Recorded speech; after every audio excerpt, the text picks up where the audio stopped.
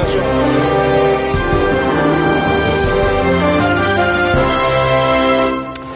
Madame, monsieur, rebonjour. Si vous venez d'arriver sur notre antenne, le Conseil de l'enseignement de la communauté flamande a décidé d'interdire le port du voile dans l'ensemble de ses établissements.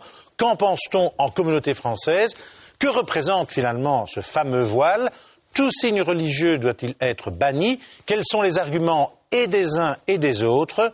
La polémique autour du voile dévoile-t-elle autre chose? Alors, mes invités ce dimanche, Joëlle Milquet, la vice-première ministre, ministre de l'Emploi et de l'Égalité des chances, CDH, Philippe Moureau, sénateur et vice-président du PS, Isabelle Durand, députée européenne et vice-présidente du Parlement européen, écolo, Denis Ducarme, député fédéral MR, Nadia Geertz, initiatrice du réseau d'action pour la promotion d'un État laïque, Radouane Boulal, président du MRAX, le mouvement contre le racisme, l'antisémitisme et la xénophobie, Dominique Plasman, la secrétaire générale des femmes prévoyantes socialistes, Pierre Galland, président du Centre d'action laïque, Claude Demelaine, il est co-auteur d'un livre qui va paraître, qui s'appelle Lettres aux progressistes qui flirtent avec l'islam réac, Jamila Simamed, présidente de Ni pute ni soumise en Belgique.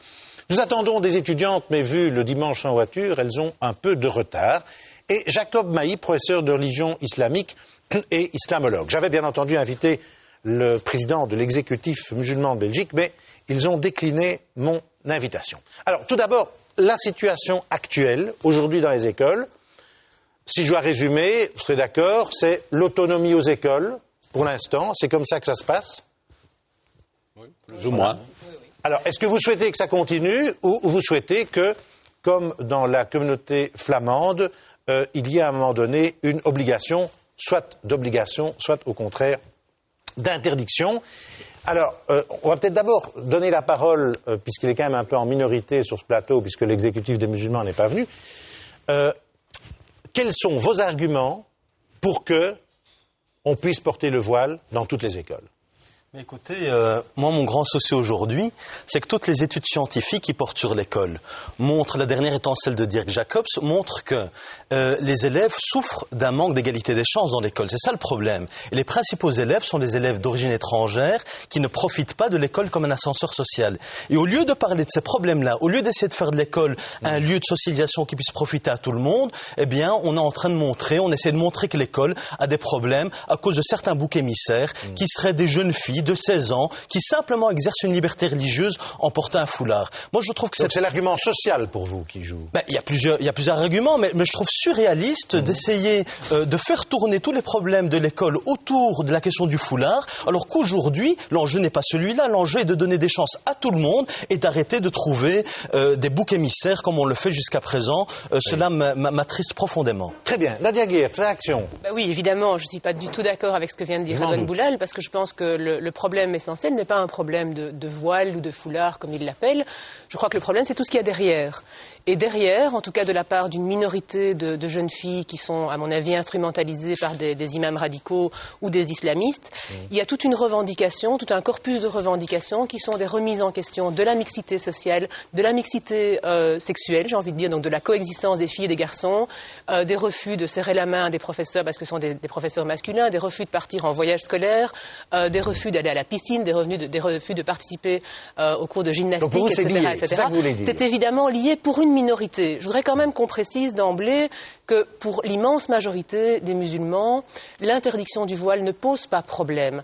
À Dizon, où la commune vient d'interdire le port du voile, l'immense majorité des parents se sont ralliés sans aucun problème à cette décision-là. Il y a 3 parents à qui ça pose problème. Et ces parents-là sont aussi des parents qui demandent autre chose de l'école que simplement le port du voile. Alors, avant de venir aux politiques, d'abord les non-politiques. Alors, le président du CAL, il y a eu une sorte de changement au CAL, puisque au départ, vous n'aviez pas la position que vous avez eue il y a 2 jours.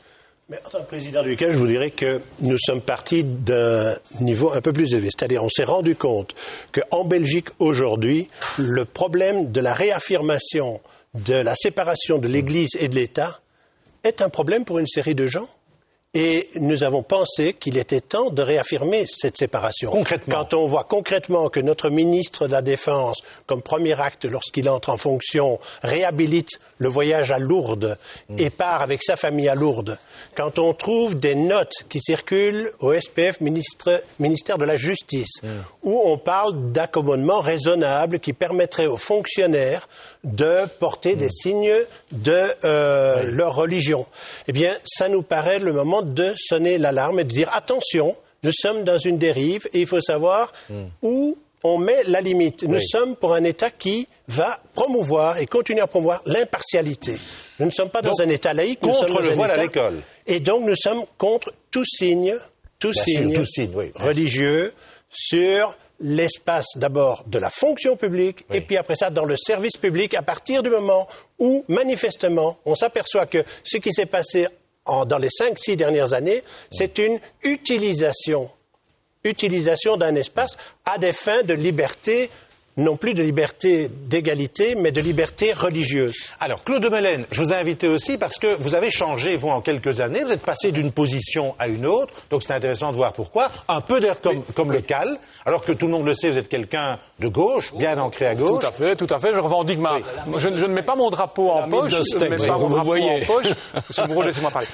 Oui, ça, c'est je ne mets pas mon drapeau en poche, je suis de gauche, bien entendu, mais contrairement à une partie de la gauche, moi je ne suis pas aveugle au réel. Et effectivement, j'ai évolué, j'ai constaté, par exemple au niveau de la question du port du foulard, qu'il y a un prosélytisme. J'ai des amis d'origine marocaine qui, lorsqu'elles vont se promener sur le marché de Molenbeek, Monsieur Moreau, se font agresser par des musulmans, disons, intégristes, réacs, comme je les appelle, parce qu'elles ne sont pas conformes. Alors, moi, je vais dire avec beaucoup de courtoisie... Vous êtes déjà allé sur le marché de Molenbeek? Tout à fait. Tous les jours. C'est le marché, alors, je vais dire avec beaucoup de courtoisie à Monsieur Boulal, parce que Monsieur Boulal est un homme courtois, qu'il est aveugle à une réalité qui est, aujourd'hui, la présence d'un islam de combat aujourd'hui en Belgique, une minorité de musulmans qui sont à l'offensive pour détourner une série de règles, une série de lois, et les laïcs se trouvent en position défensive. Je pense qu'aujourd'hui, la priorité, c'est d'endiguer la montée de cet islam de combat, et que la gauche, une partie de la gauche, je ne généralise pas, est malheureusement extrêmement frileuse et extrêmement complexée face à ces islam réacs. Et pourquoi est-elle complexée? Deux toutes petites réflexions. D'une part, parce qu'elle a un discours victimaire. En gros, pour elle, les musulmans, les immigrés, entre guillemets, sont toujours les victimes, toujours les agressés, et les blancs, les visages pâles, comme dit M. Boulal, sont toujours les agresseurs, et sont toujours, en gros, les méchants. Alors, il y a aussi la crainte, la crainte d'être traité d'islamophobes. Attendez, s'il vous plaît, le racisme. pas tous en même temps. Je voudrais conclure. La crainte d'être accusé d'être islamophobe, comme le dit souvent M. Radouane Boulal. Je pense que ce discours, il est un peu bidon. Moi, je ne me laisse plus prendre à cela. Et dans le bouquin que je sors dans 2 semaines avec Alain Destex, libéral démocrate, nous insistons là-dessus. Je veux dire, cette accusation d'islamophobe, ça suffit. Je pense qu'on a la raison pour laquelle vous êtes religion. Pour l'interdiction du voile à l'école. Bien entendu, je pense qu'il faut aujourd'hui un signal fort. Il faut aujourd'hui un signal fort pour freiner la montée de cet islam de combat, interdire le foulard à l'école et bien entendu la burqa. Et également, j'embraye sur ce que dira sans doute M. Denis Ducarme, mieux contrôler les mosquées et aussi mieux contrôler les imams. Monsieur Boulal, réaction, les autres de la société civile et puis les politiques. Vous parlez d'islam de combat, vous parlez d'extrémistes musulmans qui apparemment... Laissez-moi vous répondre. Vous parlez d'extrémistes musulmans qui agressent des blancs qui circuleraient dans certaines communes bruxelloises. Mais vous pouvez être un peu rationnel et objectivé. Qui vous visez? Pourquoi vous ne dénoncez pas cela au parquet si ce que vous dites est vrai? Vous voyez, vous êtes incapable de rationaliser et d'objectiver ce que vous dites. Vous lancez des accusations. Mais laissez-moi vous répondre, ça ne sert à rien de parler en même temps que moi pour essayer de couvrir mon contre-argument. En fait, vous lancez plein d'accusations sans preuve.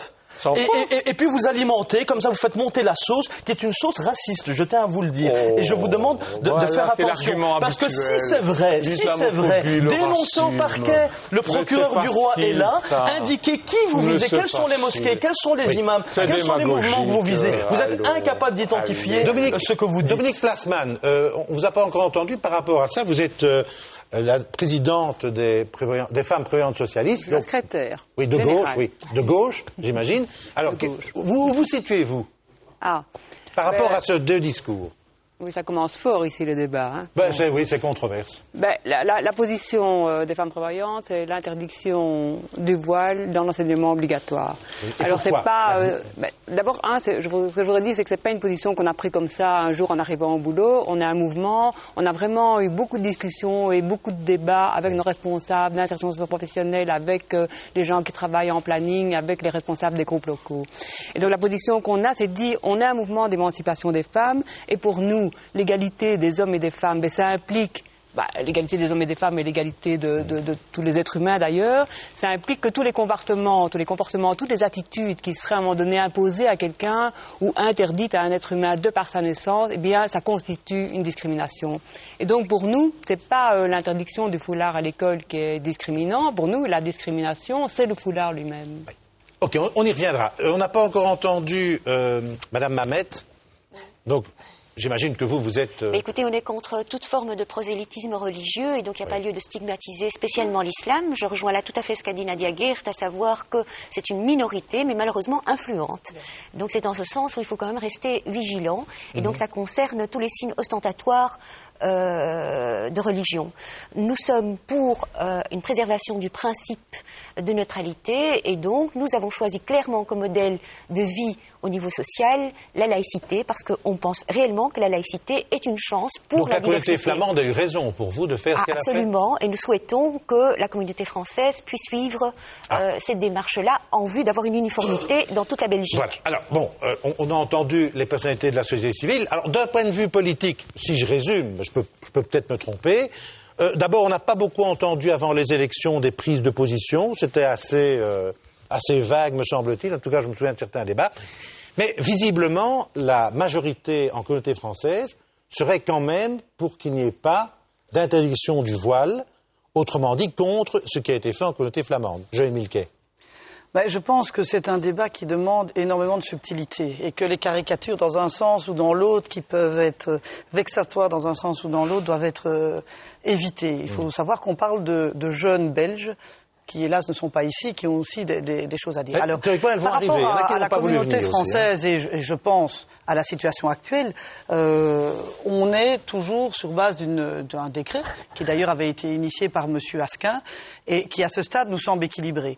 Puisque tout le monde et tous les acteurs de l'enseignement demandent pour qu'on ait vraiment un principe d'autonomie des établissements scolaires en tout, on a toujours considéré que c'était aux chefs d'établissement ou aux organes en tout cas d'établissement de choisir, d'avoir la liberté de choix. Donc on ne change pas, statu quo. À ce stade, je pense qu'il n'y a pas de raison de changer. Mais par contre, il y a la nécessité d'un vrai débat et on se rend compte que les points de vue peuvent être différents, même s'ils sont assez majoritaires ici dans un sens.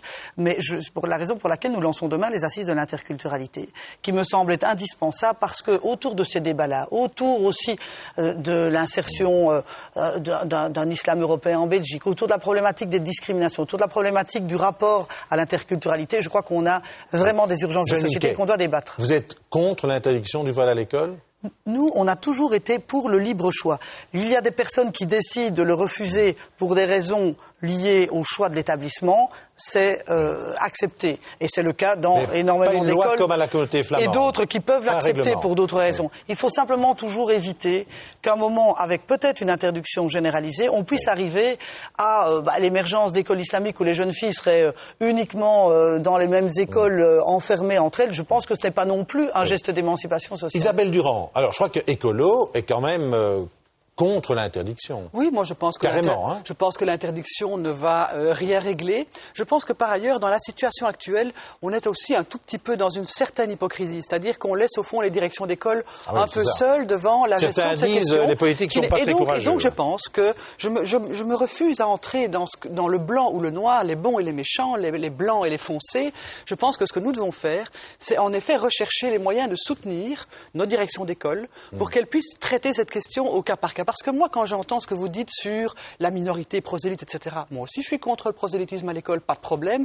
Je suis contre les intégristes fous, vous avez parlé d'intégristes réac. Le problème, c'est que vous mettez tout le monde dans le même sac. Et vous considérez que toute jeune fille qui porte un foulard à l'école, et elles sont arrivées, je m'en réjouis, on leur donnera aussi, je l'espère, la parole, est donc quelqu'un qui, par définition, est sous pression de l'intégrisme réac. Or, je pense qu'elles le diront probablement mieux elles-mêmes que moi, mais je pense que dans celles qui choisissent de porter un foulard, il n'y a pas... Vous dites ce qu'il y a derrière le voile, ce qu'il y a derrière le voile, c'est d'abord leur tête. C'est d'abord leur tête à ces jeunes filles. Et dans ces jeunes filles, il y a celles qui font de la quête spirituelle. C'est vrai, le religieux remonte en Europe. C'est un fait. Je ne vais pas dire je suis pour ou je suis contre, c'est un fait. C'est un fait. Ah bon. Et donc, justement, qu'est-ce qu'on fait? Qu'est-ce qu'on fait par rapport à ça? Est-ce qu'on joue la stratégie de l'interdiction et de réguler? La liberté existe. Et aujourd'hui, je peux vous dire que nous pouvons gérer cette question autrement. Un collectif qui s'appelle neutralité.be a fait une étude intéressante qui nous permet à tout le moins, de regarder les choses d'un point de vue juridique, mais je pense que d'abord nous devons essayer entre nous d'apaiser le débat et de chercher à sortir de l'opposition. Non, mais je crois justement que ce faisant, on stigmatise. Ça veut dire que toutes ces jeunes filles sont toutes celles qui portent, monsieur, un dernier mot, ceux qui portent aujourd'hui, qui choisissent comme adolescents de s'affirmer de façon de leur identité, qui éventuellement choisissent l'excès, comme souvent c'est le cas à l'adolescence, choisissent de porter un piercing, choisissent de porter, oui, un foulard, oui, une quête spirituelle peut-être, oui aussi une recherche de peut-être d'un certain conformisme. C'est vrai, j'appelle pas ça du prosélytisme. Oui. Et donc je pense qu'il ne faut pas se tromper et il ne faut surtout pas, au nom de quelques-unes ou de quelques-uns, mettre sur le même pied toutes les jeunes filles qui portent le foulard. On a compris les arguments. Je fais mon petit tour du côté des politiques. Philippe Moureau. Écoutez, je voudrais peut-être d'abord, parce que la communauté musulmane va encore aujourd'hui se sentir fort agressée, nous sommes à la fin du Ramadan, au moment de la fête, alors je voudrais tout de même leur souhaiter bonne fête et leur dire qu'il y a tout de même encore beaucoup d'hommes et de femmes dans ce pays qui les respectent. C'est un préalable que je me permettais de vous présenter. La deuxième chose que je voudrais dire, c'est que je suis étonné de l'importance qu'on accorde à ce problème, des deux côtés. Ah, nous avons des problèmes de société, enfin, vous savez quelle est la meilleure manière de lutter contre ce que vous appelez l'intégrisme, c'est de donner du travail aux gens. Le vrai problème, c'est un problème de société.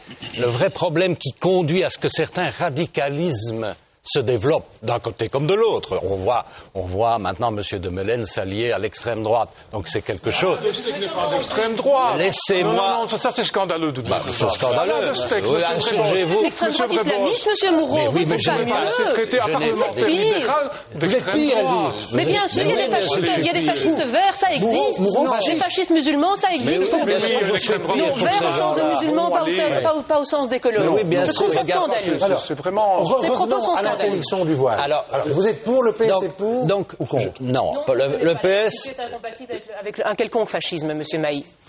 Le PS, pour le moment, qui est divisé sur le sujet. Nous n'avons pas tous le même avis à l'intérieur du PS. Ça, il faut être tout à fait clair. On ne va pas le cacher. Non, il y a des nuances et des différences. Socialistes qui a une... Oui, mais je crois que c'est assez clair. Donc, pour le moment, nous plaidons pour un statu quo, qui n'est pas l'idéal. Je le reconnais volontiers. L'autonomie des écoles. Mais alors, moi, je voudrais vous dire que ce problème du voile... D'abord, je vais donner raison à Mme Geert sur un point, elle sera sans doute étonnée, c'est que je crois qu'il faut mettre des limites. À tout. Et donc, je suis un des premiers à avoir réhabilité une règle qui interdit de se voiler complètement. Sans aucun état d'âme, avec l'unanimité de mon conseil communal. Donc, aucun problème. Là, Vous parlez de la burqa, là. Je parle de ce qu'on appelle la burqa, mais il n'y a pas que la burqa. Hein. Il y a d'autres manières de se voiler complètement, qui est interdit maintenant dans beaucoup de municipalités. Et voilà, on a largement endigué ce phénomène par des mesures simples. Donc, il y a des limites. Je suis d'accord avec Mme Geert. Le cours de gymnastique doit être suivi, tout ça, mais c'est pas parce qu'on va brimer quelques jeunes filles. Alors, vous allez me dire, il y a des jeunes filles à qui on l'impose. Oui, il y a justement... Oui, mais j'en suis convaincu. Je vais vous citer. Après, mais j'en suis convaincu, vous n'avez pas... j'en suis convaincu. Mais parce qu'il y a des gens qui imposent et qui ne respectent pas la liberté des jeunes filles, il faut enlever la liberté aux jeunes filles. C'est vraiment... Ben, écoutez, on est devant ce qui est une espèce d'utilisation de la peur de l'islam dans l'opinion publique, dans une partie de l'opinion publique, pour commencer à agiter. Le port, allez, des jeunes filles qui portent le voile, est-ce que ça a déjà mis en danger l'intégrité de quelqu'un si elles le font volontairement? Moi, je crois qu'on ferait beaucoup mieux de se poser la question, comment avoir... dans les endroits où ces jeunes filles portent le voile, la certitude que c'est leur décision. Oui, Méziane veut intervenir. Méziane, bonjour, on est arrivé un peu tard à cause de ce qui se passe aujourd'hui sans les voitures. Une réaction et puis Denis Lucarne. Oui, en fait, le fait que vous nous interdisez de porter le voile dans l'établissement, c'est qu'on nous accepte pas tel qu'on est. On veut nous montrer, on veut faire montrer de nous une autre image qu'on n'est pas, puisqu'on nous refuse de faire porter le voile et qu'on est mal vu. Pourquoi ? Madame Mamet va vous répondre. Qu'est-ce que vous pouvez répondre à cette étudiante qui dit, voilà, on est mal vu? Écoutez, le problème n'est absolument pas le fait de refuser quelqu'un avec ses croyances. Je pense qu'il existe deux institutions fondamentales qui concourent à l'éducation de quelqu'un. C'est d'une part l'institution familiale qui inculque généralement ses spécificités culturelles, religieuses, avec tout le respect qu'on leur doit, et une autre institution qu'est l'école. Et donc l'école se doit de développer chez l'individu l'esprit critique. Comment est-ce qu'elle peut le faire? Eh bien, c'est en faisant accepter, et pour cela, il faut sauvegarder un principe de neutralité parce qu'il y a lieu d'accepter la différence. Et comment est-ce qu'on peut accepter la différence si ce n'est le principe de neutralité? Je veux dire, l'institution est le seul lieu de rassemblement commun à tous. Et donc il est important que nous puissions avoir des valeurs communes, inculquer des valeurs communes, et donc ces lieux-là, c'est l'école. Et donc il n'y a pas lieu de porter ces particularismes jusqu'à l'école. On ne vous a pas encore entendu. Alors est-ce que vous êtes sur la même longueur d'onde que CDH, Écolo ou le PS? Non. Non. Et vous savez que lorsque j'ai ouvert le débat sur l'entrée du foulard islamique au Parlement bruxellois, Didier Reynders a souhaité qu'un plus large débat s'ouvre à l'interne. Oui, parce que ça c'est autre chose encore. Ici on parle de l'école. Un large débat s'ouvre à l'interne au mouvement réformateur, et c'est ainsi que depuis plus d'un mois, nous recevons un certain nombre d'experts, belges, étrangers, de gauche, de droite, musulmans ou pas, et nous arrivons aux conclusions de ce groupe de travail présidé par Daniel Baclen, qui, pas plus tard que demain, fera un certain nombre de propositions au Conseil du mouvement réformateur. Alors, vous êtes contre ou pour? J'y viens, en ce compris par rapport à la question du voile. Et donc, très clairement, nous souhaitons, au niveau du mouvement réformateur, dresser entre l'école publique et les intégrismes religieux un véritable cordon sanitaire. Et nous allons proposer très clairement l'interdiction des signes religieux ostensibles dans l'école publique. Tous les signes. Tous les signes. Oui, mais alors par exemple pour les catholiques, une petite croix, ça va ou ça va pas? Uniquement dans l'école publique. Écoutez, d'abord, en tout cas, dans l'école publique, pourquoi? Parce que nous avons, permettez, j'ai attendu, maintenant je voudrais aller jusqu'au bout de ma démonstration. Pourquoi? Parce que nous avons un devoir au niveau de l'école publique, un devoir par rapport naturellement à l'égalité homme-femme, un devoir d'éveiller les enfants et les jeunes à un socle commun des valeurs plutôt qu'au communautarisme, un devoir de leur permettre d'évoluer sereinement, tout en respectant, et j'y tiens, tout de même la Convention internationale des droits de l'enfant. C'est un minimum. Denis Ducarme, imaginons les catholiques, est-ce qu'ils pourront arriver avec une petite croix, une grosse croix? C'est quoi un signe extérieur? Écoutez, ce sont tous les signes, n'est-ce pas? Il n'est pas question ici... Donc un médaillon, il faudra le cacher... il n'est pas question ici de cibler une religion plus qu'une autre. Il est clair, et je crois qu'il faut sortir un petit peu... il faut sortir de l'hypocrisie. Il y a davantage de questions qui sont aujourd'hui posées par l'islam que par d'autres religions. Il faut oser le dire, mais je tiens tout de même à dire une chose, et ça rejoint ce que mes amis de gauche ont pu indiquer tout à l'heure. Il n'est plus possible aujourd'hui de parler de communauté musulmane. On a différents courants musulmans, et il y a en effet une minorité salafiste qui entend imposer ses règles à notre société. Il faut le dire sans agressivité, c'est un constat qui devrait être posé par l'ensemble des forces politiques. Je suis professeur d'alphabétisation à Bruxelles, dit Véronique. La plupart de mes élèves sont d'origine maghrébine. Elles essayent de sortir de leurs conditions. La pression des mosquées et de la rue devient de plus en plus lourde quand elles ne portent pas le voile. Voilà un témoignage. Bon, il y a quand même une question. Évidemment, il y a une question que je voudrais poser, moi, aux politiques. Aujourd'hui, lorsque une direction prend une mesure, parce qu'il y a beaucoup d'écoles où on ne porte pas le voile, contrairement à ce que dit mademoiselle, il y a beaucoup d'écoles où on ne porte pas le voile et où ça ne pose pas de problème.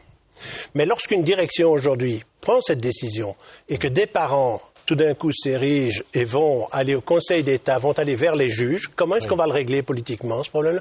Or, le vivre ensemble, c'est une question politique. Donc vous voulez un règlement politique, nous voulons un règlement politique, nous appelons les politiques à prendre leurs responsabilités.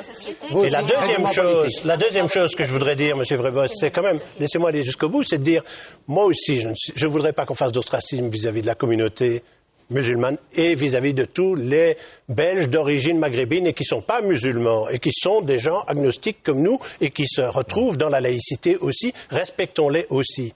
Et enfin, vous dire une troisième chose, c'est que, en dehors de ça, ce qu'on voit dans les écoles aujourd'hui, c'est la montée du créationnisme. contre toute la tentation. Vous liez ça. Mais vous liez le port du voile à l'interdiction, par exemple, de parler de Darwin. Je dis la montée des religions, et ce sont les évangélistes notamment.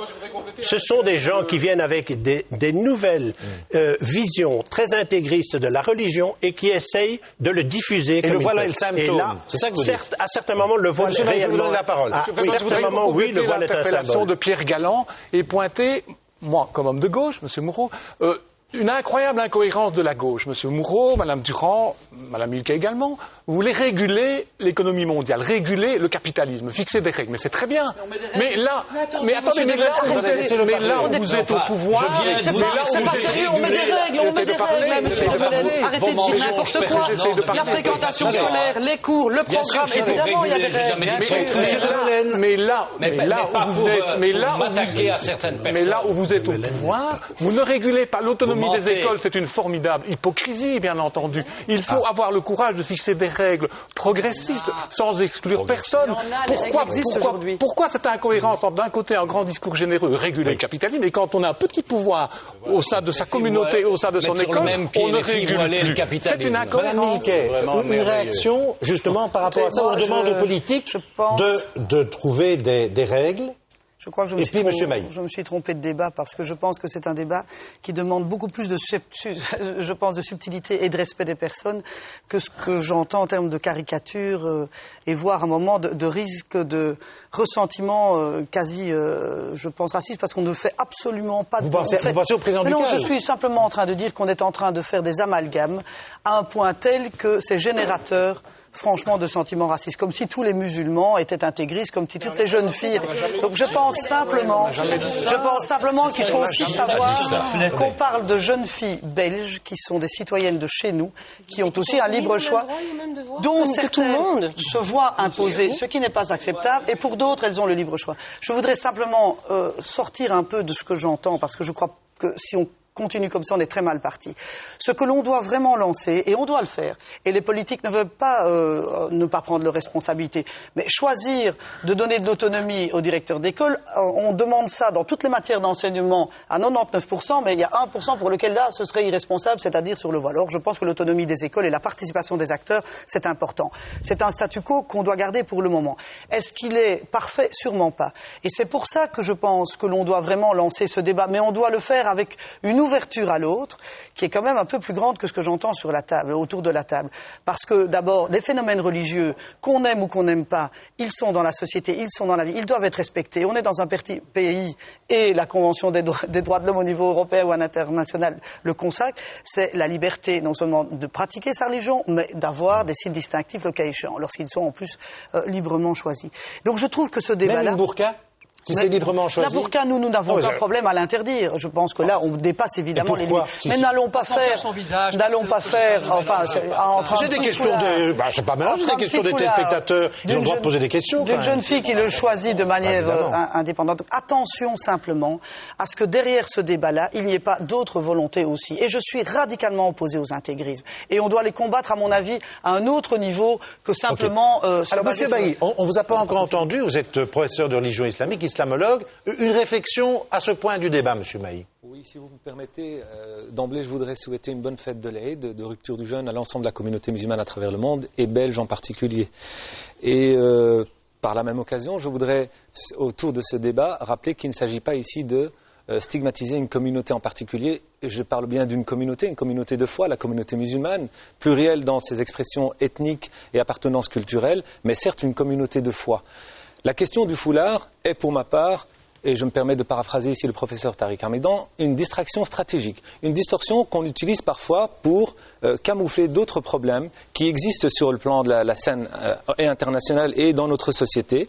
Et comme l'a dit la jeune fille, pourquoi, moi en tant que jeune fille, quand délibérément je décide de porter un foulard sur la tête, c'est un choix spirituel garanti par la Convention européenne des droits de l'homme, je parle sous le regard et le contrôle d'un juriste, M. Boulal ici présent, garanti par la Constitution, pourquoi on devrait prétendre que je suis manipulé? Pourquoi on m'interdirait cette expression-là? Alors je rappelle qu'il y a un arsenal juridique dans notre pays qui qui régule effectivement les expressions à outrance, à savoir le prosélytisme ou autre. Mais à partir du moment où une jeune fille décide de le porter de manière délibérée, eh bien, je pense que notre pays doit pouvoir le permettre. Oui, Madame Plasman va vous répondre, et puis vous pouvez continuer. Madame Plasman, je voulais juste, à mon avis, c'est effectivement un signe religieux. De toute façon, c'est sa voix le dit, pas à moi, mais c'est un signe qui n'est pas égalitaire entre les filles et les garçons. Donc c'est ça qui est particulièrement au sein de l'école. Je pense que, enfin, au sein de l'enseignement obligatoire, il n'y a pas sa place pour ce genre de choses. Je vous entends bien, madame. Ça, mais permettez-moi de ne pas... débat, là, je ne voudrais pas glisser le débat sur le plan théologique. Oui. Ça, c'est interne, intracommunautaire, et tout simplement dire, entre parenthèses, que le voile ressort d'une recommandation coranique, plutôt une prescription coranique. La femme qui décide de le porter en âme et conscience est libre. Et celle qui décide de ne pas le porter, elle n'a pas retiré la foi. Dans l'enseignement obligatoire, nous sommes avec des mineurs, monsieur. Je rappelle que la Convention européenne, pas tous à la fois. La Convention européenne des droits de l'enfant permet aux parents d'avoir un droit de regard sur les enfants jusqu'à l'âge de la majorité. Et en tant que parent, je décide, permettez-moi de terminer. Et en tant que parent, j'ai le droit d'enseigner à mes enfants une éducation particulière, bien sûr dans le cadre du respect de la dignité de tout un chacun. On parle à l'intérieur de l'école. À l'intérieur de l'école, M. Boulal a rappelé que l'école est un espace qui permet l'égalité des chances. Pourquoi dans notre société démocratique, et je pense que la démocratie doit s'assurer aujourd'hui, pourquoi dans nos sociétés démocratiques on ne prépare pas les enfants à accepter l'autre comme il se veut être, pas à partir du regard que je pose sur lui? Pourquoi l'école ne serait pas cet espace où les pluralités peuvent s'exprimer afin de permettre une richesse et le multiculturalisme? À cause de la diversité existante, vous savez, dans certaines communes, il y a par exemple 145 nationalités différentes. Si tout le monde s'amenait avec ses revendications nationales ou politiques, là c'est la tour de Babel. Non, madame, donc, national, alors, c'est je la pense réellement que l'islam des Lumières, il a existé il n'y a pas tellement longtemps. Il ne faut pas remonter. Politique dans les écoles, madame. Il ne faut pas remonter jusqu'au temps d'Averroès. Hein. Je veux dire, mes parents, dans les années 60-70, acceptaient tout à fait les règles en vigueur, à savoir que c'était des parfaits bons musulmans et faisaient très bien la séparation de l'Église et de l'État. Donc, il existe un islam qui peut parfaitement métaboliser les valeurs démocratiques existantes. On n'a jamais dit qu'on était contre. Alors, je pense aussi qu'il est très important que le politique puisse se prononcer, parce que c'est comme ça qu'on a une minorité, certes minoritaire, mais influente quand même, et donc on est amené à discuter de choses qui sont évidentes. Yasmina, on n'a pas la jeune fille qui a 16 ans peut choisir seule, en âme et conscience, de pouvoir avorter. Elle peut choisir en âme et conscience d'entreprendre des décisions. Pourquoi quand il s'agit une jeune fille qui a 16, 17, 18 ans, elle décide de porter un foulard, pourquoi on estimerait qu'elle est manipulée par des intégristes, des islamistes? Écoutez, pourquoi cette jeune fille n'est-elle pas capable de décider d'elle-même? L'école fait partie de l'éducation d'un enfant, et donc il est important qu'en ces lieux, on puisse enseigner des socles de valeurs communes, sachant que l'école, sachant que la famille, elle... Il y en a avec le foulard, ça mais le foulard est un signe religieux. Nous ne pouvons pas nier ce fait quand même. On n'a pas encore entendu Yasmina. Avec toute la symbolique qu'il y a derrière. Yasmina, permettez-moi, monsieur, s'il vous plaît. Yasmina, vous ne portez pas le voile. Comment est-ce que vous réagissez dans ce débat un peu houleux? Mais c'est juste pour parler de ce que madame a dit, c'est qu'il y a aussi des enfants de 2-3 ans qui portent la croix. C'est pas pour autant que je ne veux pas aller vers eux. Je les respecte beaucoup, beaucoup, beaucoup. Et au contraire, je vais aller vers eux pour savoir plus de choses sur eux et apprendre. Ça sera une connaissance pour moi en plus. Yasmina, il y a beaucoup de spectateurs qui se demandent pourquoi vous ne portez pas le voile. Parce que justement, je n'ai pas envie qu'il y a plusieurs portes qui se ferment à moi. Pourtant, je respecte toute religion. J'ai plusieurs amis qui portent le voile, c'est pas pour autant que je les fréquente pas. Bien au contraire, j'ai plusieurs amis qui sont chrétiens, qui sont juifs, qui sont laïcs. C'est pas pour autant que je vais pas aller vers eux, que je vais pas traîner avec eux. Bien au contraire. Mais je veux pas porter le voile parce que mon ami ici, on va faire les mêmes études. On va vouloir faire le même travail. Vous êtes dans la même école d'ailleurs. Dans la même école, ça fait depuis bien longtemps qu'on se connaît. Mais on n'aura pas, si ça se trouve, j'aurai plus de chances de trouver un emploi que mon amie. Pourquoi? Parce qu'elle porte le voile. C'est pas parce qu'elle porte le voile. Mais vous vous rendez compte? Excusez-moi, Sidé, à l'école, on nous a interdit de porter le voile. Qu'est-ce que ça va être dans la vie professionnelle? Mais, monsieur Maï, laissez parler cette jeune fille. On vous écoute. C'est pas parce qu'elle porte le voile qu'elle est renfermée ou autre. Bien au contraire, on se ressemble. C'est comme si je me ressemble à quelqu'un qui est chrétien. Vous nous demandez d'avoir Oui, Méziane, c'est intéressant dès que vous écoutez. Oui, vous nous demandez d'avoir un enseignement serein. Comment voulez-vous qu'on ait un enseignement serein si on ne nous laisse pas nous exprimer comme on veut? Pourquoi? Parce que je porte le voile, forcément je suis mal vue, forcément je peux pas faire d'études, je suis pas capable. Si dès maintenant on nous interdit de porter le voile dans des écoles, qu'est-ce que ça va être dans la vie professionnelle? Oui. Qu'est-ce que vous pouvez répondre à ça, le président du CAL? Qu'est-ce que vous pouvez répondre? L'interdire, c'est aussi un crime. Une telle réaction parce qu'aujourd'hui, les directions d'école, dans 97% des cas, ont pris des mesures pour qu'on n'ait pas de voile à l'école. Moi, j'ai quand même eu la curiosité d'aller voir certaines écoles où on voit l'enfant qui arrive, il est dans la rue, il a tout l'espace public, il s'exprime, il a son voile, il rentre à l'école, il l'enlève et ça pose aucun problème. Donc il ne faut pas non plus faire de fixation. On fait des schizophrènes dans notre jeunesse. Il ne faut pas faire une fixation et faire... Pourquoi on est là? Je voudrais d'abord, j'espère que je ne vais pas choquer M. Mailly, je voudrais tout de même rappeler que de tout ce que je connais tout de même énormément de musulmans, ils me sont souvent très proches, que le Coran est un lieu aussi d'interprétation. Et que beaucoup de femmes ne portent pas le voile, et ce n'est pas pour ça qu'elles ne sont pas de bonnes musulmanes.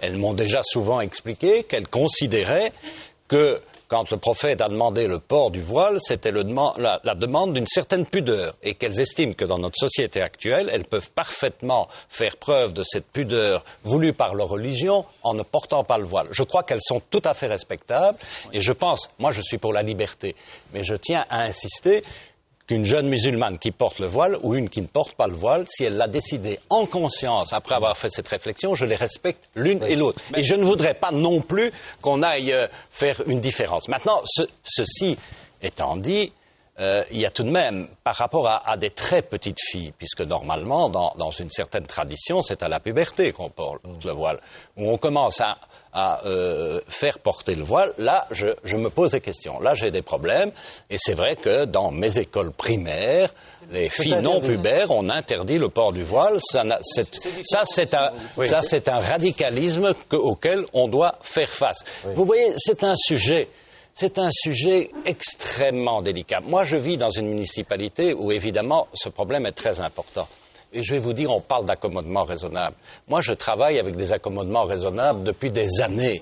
J'essaye de tenir compte d'une partie de l'opinion publique qui n'est pas encore habituée à l'islam, qui ne sait pas encore bien ce que c'est, qui en a peur, avec quelques polémistes qui sont en train tout le temps de diaboliser.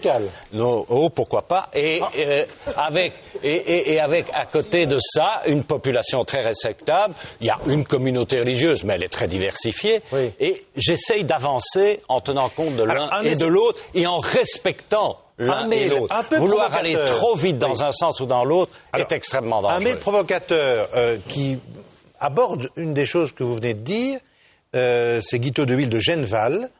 Il est urgent que les musulmans comprennent qu'ils doivent s'intégrer au pays qui les accueille et pas l'inverse. C'est un savoir-vivre élémentaire. Il est urgent que nos politiciens en prennent conscience aussi, sous peine de radicaliser une bonne partie de nos concitoyens. Voilà un mail, il y en a pas mal. J'aimerais que vous réagissiez par rapport à un mail pareil. J'ai envie de répondre à ça. J'ai envie de répondre à ça parce que je veux aussi entendre ce que dit cette personne. C'est vrai qu'il y a des craintes. C'est vrai qu'il y a une peur de voir monter un radicalisme. C'est vrai que ceux qui ne sont pas, dans certaines communes, habitués, qui n'ont pas la rencontre régulière avec des personnes qui portent le foulard, qui n'en portent pas, il y a une crainte et il y a une peur. Et je crois que certains discours ici alimentent cette peur.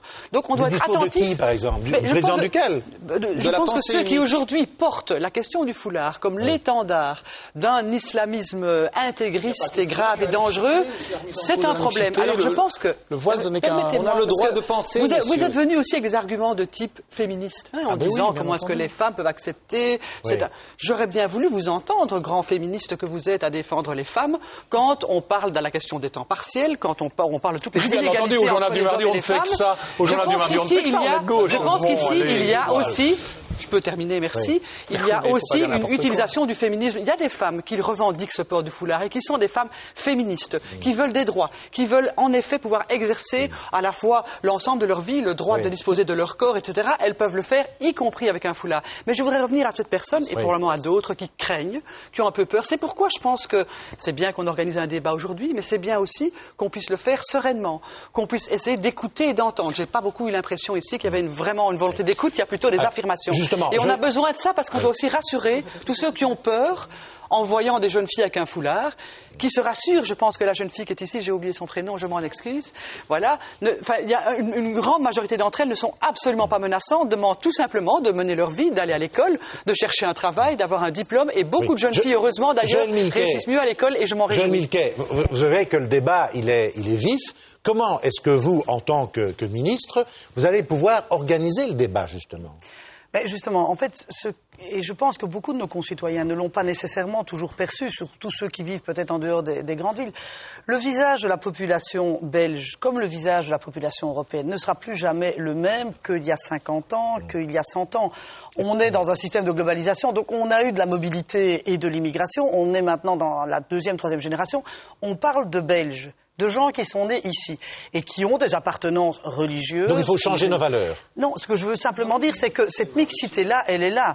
On a il faut changer nos valeurs. 400 000... Donc ça demande maintenant, pour construire un projet collectif où il y a des personnes de convictions différentes, de savoir comment on va faire en sorte d'avoir à la fois un socle de valeurs communes importantes, avec les principes d'égalité hommes-femmes, avec des valeurs qui portent un projet collectif et qui doivent être le plus uniformes possible, mais qui respectent en même temps la liberté religieuse, une diversité identitaire qui est une richesse. Et donc ça appelle des débats importants. J'ai été très frappé de ce qu'a dit une des témoins, parce que le problème est un problème de discrimination. Il y a d'abord un rapport d'acceptation de l'autre et de racisme latent très important dans notre pays, comme ailleurs, et il faut lutter, comme il faut lutter contre les intégristes. Mais la grande problématique derrière la problématique du voile, c'est la problématique de la discrimination des femmes.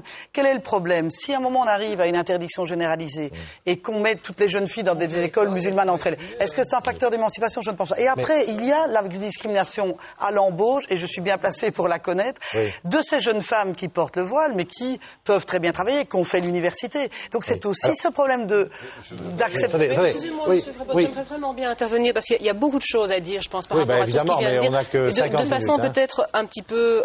pour répondre à tout ce que je viens d'entendre. D'abord, il y a quelques petites choses que je viens d'entendre. 3 choses. M. Ducarme demande la parole depuis longtemps. Moi aussi. 3 choses. Donc d'abord, je m'insurge contre cette propension à parler de discrimination et de stigmatisation lorsqu'on a interdit un signe religieux. Je voudrais quand même rappeler que les règlements scolaires ont toujours imposé des règles vestimentaires très strictes. Il y a des tas d'enfants qui ont grandi en étant interdits de porter une casquette, un jeans, des baskets, un piercing, le nombril à l'air était interdit, et je ne comprends pas pourquoi soudain on se mobilise en masse en disant nous ne pouvons pas, nous n'avons pas le droit d'interdire tel ou tel vêtement, alors qu'on ne s'est jamais privé de le faire. Alors si vous voulez... Écoutez, je connais le monde scolaire, Madame Durand, je voudrais terminer. Non. Vous allez me dire que les signes religieux ont plus d'importance que les autres. C'est ce qui me dérange. Je n'ai pas terminé. Monsieur Boulal, je n'ai pas terminé. 2 choses encore. D'abord, on a parlé beaucoup des jeunes filles ou des petites filles qui étaient contraintes de porter le voile et de celles qui le portaient librement. Moi, je voudrais dire tout simplement qu'il y a un choix politique à faire, qu'il est tout à fait naïf de prétendre qu'on va pouvoir soutenir les unes et les autres. C'est très beau, ça ne mange pas de pain, ça fait plaisir à tout le monde, mais c'est de la foutaise. Aujourd'hui, nous devons choisir de savoir si nous allons soutenir les petites filles qui sont contraintes de porter le voile en leur permettant d'avoir un espace à l'école où elles pourront l'enlever, ou de laisser seules se débrouiller toutes seules des gamines de 6, de 12 ou de 14 ans qui, elles, sont contraintes de porter le voile et qui peuvent, à l'école, trouver un sein. Et je voudrais rappeler en dernière chose, je ne sais pas si je pourrais encore parler après. Non. Le premier élément... On sait quoi de ces jeunes filles-là? Elles ne sont pas contraintes à le porter. Donc je vais vous dire, le premier élément, Nadia Guerre, ce que vous citez n'est pas exact. C'est un crime, madame. C'est du laïcisme exacerbé. Ce que je souhaitais dire, c'est que le premier élément que vous évoquez n'est pas du tout exact. Quand vous dites que le principe de neutralité aujourd'hui est mis en péril. C'est vrai qu'il y a un principe de neutralité, il est fondamental. Ça signifie quoi? Ça signifie que les écoles et les enseignants doivent être neutres lorsqu'ils dispensent un enseignement. Mais vous, ce que vous êtes en train de faire, ce que vous êtes en train de faire aujourd'hui, c'est que vous voulez élargir ce principe de neutralité en l'imposant aux élèves. Mais ça s'est jamais vu dans notre pays. On n'a jamais imposé la neutralité aux usagers de l'école. Et là, il y a une révolution conservatrice très très forte qui frappe notre pays. Monsieur Maillet, je n'ai jamais dit ce que Monsieur Boulal me fait dire. Je n'ai jamais invoqué la neutralité. Jamais, jamais. Non. On connaît les enfants. C'est la première fois qu'on veut imposer la neutralité à des élèves. Mais je voudrais bien en placer une, si vous voulez bien. La parole à Denis Ducarme. Voilà, je crois que c'est bien qu'on puisse écouter, donc je vais essayer de répondre assez brièvement à Joël Milquet, à Isabelle Durand. Elles nous disent, oui, la liberté de la femme, mais on parle de mineurs, hein. On parle de l'école. Hein. Permettez, Madame Milquet, je ne vous ai pas interrompu. On parle de l'école, on parle de mineurs, et nous estimons au niveau du mouvement réformateur que nous avons un devoir de protection par rapport à ces jeunes femmes-là. L'autre élément, c'est très bien les accommodements. C'est très bien les accommodements raisonnables. Hein. Vous essayez de les promouvoir dans le cadre de vos assises. Hein. Bon, bref, je crois qu'il faut regarder le problème debout par rapport à ces questions-là. Et je vais être très clair, les accommodements raisonnables, à mon sens, ce n'est pas promouvoir l'intégration qu'on fait, c'est promouvoir la désintégration. Et aujourd'hui, cette désintégration, c'est la voie ouverte au communautarisme. Donc pour l'OMR, c'est très clair. Les accommodements raisonnables, c'est non. Les Canadiens en reviennent, d'autres pays anglo-saxons en reviennent. Les accommodements raisonnables, ça sera sans nous. Sauf que juridiquement, Monsieur Ducarme, ce que vous oubliez de dire, c'est que les accommodements raisonnables existent dans notre pays depuis au moins 10 ans parce que la jurisprudence l'a établi. Donc vous êtes en train de faire la désinformation pour donner l'assentiment que ce que fait Madame Milquet, avec les assises de l'interculturalité alimente le communautarisme. Mais Monsieur Vrabot, je voudrais quand même pointer une grande différence entre les deux formations politiques ici. Vous avez d'une part le MR qui a mené pendant un mois seulement un débat en catimini à huis clos où on apprend qu'ils vont arriver avec une conclusion tout à fait autoritaire. À cause de cela, on a un processus qui est un processus public, démocratique, ouvert avec des assises de l'interculturalité où nous allons écouter tout le monde, y compris les gens dont on parle depuis le début de cette émission. Pas tous à la fois. Joël Milquet, vous avez entendu... Que pensez de Monsieur Asquin, si je peux me permettre, je trouve ce débat un peu affligeant d'agressivité de très mauvaise aloi. Je voudrais simplement dire, et c'est pour ça... Attendez, s'il vous plaît. Ça prouve que c'est vraiment un problème de société. Oui, mais c'est pas comme ça qu'on va l'aborder. Hein, on abordera les choses sereinement avec des gens qui sont capables d'écouter et de rentrer aussi dans les arguments de part et d'autre. Je voudrais simplement dire que tous les représentants ici n'écoutent pas. Ce que dit M. Ducarme, jusqu'à présent, le programme électoral fédéral, et on est toujours dans la même législature fédérale de son parti. Il n'y a pas d'accord sur l'accommodement raisonnable. Les gens se plaignent que vous parlez tous en même temps. Nous n'avons pas donné notre accord sur l'accommodement raisonnable que vous voulez promouvoir. La parole à Joël Milquet. Dans le cadre de vos assises de la parole à Joël Milquet. On n'est pas au Parlement. Non, mais et on n'explique pas ce que c'est. Vous coupez la parole à Joël Milquet. Je m'en fous. On n'explique pas ce que c'est. On n'explique pas ce que c'est. Il y a accommodement raisonnable. Il y a des accommodements raisonnables qui sont liés à une intervention judiciaire. Moi, je ne parle pas de ça.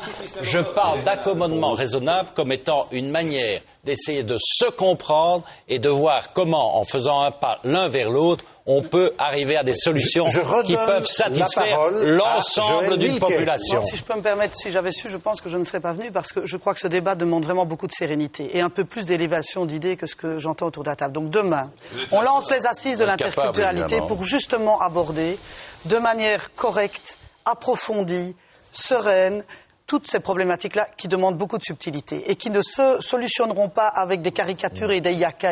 C'est beaucoup plus compliqué que cela. Et évidemment qu'il faut lutter contre les intégrismes et que par ailleurs, il faut insérer des nouvelles dimensions. Et donc, pendant un an, ces assises, avec une série et un comité de pilotage, où se retrouvent des gens de confession et de vision totalement différentes. Moi, je n'ai pas compris l'organisation de ces assises, parce que j'ai le sentiment que le débat qui va être sur la table, le gros débat, ce sera effectivement des accommodements raisonnables. Et dans quel sens des concessions, toujours dans le même sens, à savoir des concessions à une minorité, je dis bien une minorité. Oui, on a bien compris. Joël Milquet, qu'est-ce que vous pouvez répondre? S'il vous plaît. Moi, il y a un noyautage. Joël Milquet. Il y a un noyautage. Qu'est-ce que vous voulez répondre? Franchement, moi je crois que je vais aller faire un tour ailleurs parce que si on ne sait même pas expliquer une minute une idée, donc on a déjà des gens qui se sont racistes et puis vous vous plaignez du manque de sérénité. Enfin, je rêve là. Mais oui, mais enfin, je rêve. On se fait traiter de raciste et d'islamophobe depuis le début du débat par une dame qui vient nous donner des leçons de sérénité. Après, c'est quoi cette histoire? Vous l'interpellez politiquement, laissez la répondre. Madame Milquet, s'il vous plaît. C'est facile de donner des leçons de sérénité aux autres, quoi. Bien sûr qu'on est plus très serein. Évidemment qu'on est plus très serein. S'il vous plaît. Madame Milquet. Et de ne pas voir ce qu'ils vivent vraiment les gens. Parce que c'est facile aussi de juger des personnes qui éduquent leurs enfants en leur inculquant certaines valeurs. C'est tout à fait normal. Excusez-moi, madame, excusez-moi, je parle. C'est pas parce que je porte le voile que j'ai eu une mauvaise éducation. J'ai porté le voile de mon plein gré. Mes parents ne m'ont pas forcé, mes frères ne m'ont pas forcé. Et pourquoi vous dites comme quoi chacun a le droit d'éduquer ses enfants comme il le veut, jusqu'à la majorité, n'est-ce pas? Mais si même c'est ce que vous dites, vous êtes en train de dire comme quoi des enfants de 2-3 ans J'aimerais que Mme Milquet réponde à M. Demelaine. En plus, c'est l'actualité de demain. La démocratie, c'est le respect mutuel. Donc, ce que nous lançons, gouvernement fédéral, ce sont les assises de l'interculturalité où sont d'ailleurs impliquées les régions et les communautés. Et l'idée est justement de débattre sereinement avec des personnes de confession, de sentiments différents, mais qui ont le courage d'entendre l'autre et d'essayer de trouver à un moment des solutions harmonieuses par rapport à toute cette problématique qui, si on ne les traite pas, peuvent, c'est vrai, générer des comportements ou des solutions difficiles dans notre société ou dans nos villes. Et donc pendant un an, on va lancer tous ces débats avec un comité de pilotage, avec évidemment toute une série d'initiatives qui seront prises au niveau de l'enseignement, au niveau des différents niveaux de pouvoir, pour justement aborder sereinement la manière de résoudre ces problèmes-là. De voir comment on lutte contre la discrimination à l'embauche, parce qu'elle est là, qu'elle est grave et qu'elle est dramatique et qu'elle est importante. Comment est-ce qu'on fait à un moment se concilier les principes de liberté religieuse, de liberté d'enseignement et de neutralité? Ce n'est pas simple. Et c'est beaucoup moins simple que ce que les représentants qui sont ici vont participer aussi à ces assises. Mais bien sûr, il y a des représentants de l'ensemble. Ce sera peut-être aussi des gens de l'ULB, il y a des plateau, c'est la moitié flamand, la moitié francophone, il y a des gens des différentes confessions. Il y a évidemment aussi le centre laïque qui est représenté. Donc vraiment, je pense qu'il faudra le faire de manière très intelligente et approfondie. Très bien, il reste 20 secondes, je les donne à Yasmina. Une conclusion, Yasmina. Oui, en fait, je voulais juste faire une petite parenthèse, c'est qu'à l'école, ils interdisent normalement dans le règlement les mini-jupes. Mais au jour d'aujourd'hui, il y a encore des jeunes filles qui mettent des mini-jupes. On n'est jamais parti chez ces jeunes filles leur dire c'est contraire au règlement. Et quand on met le foulard, on vient chez nous, on nous dit c'est contraire au règlement.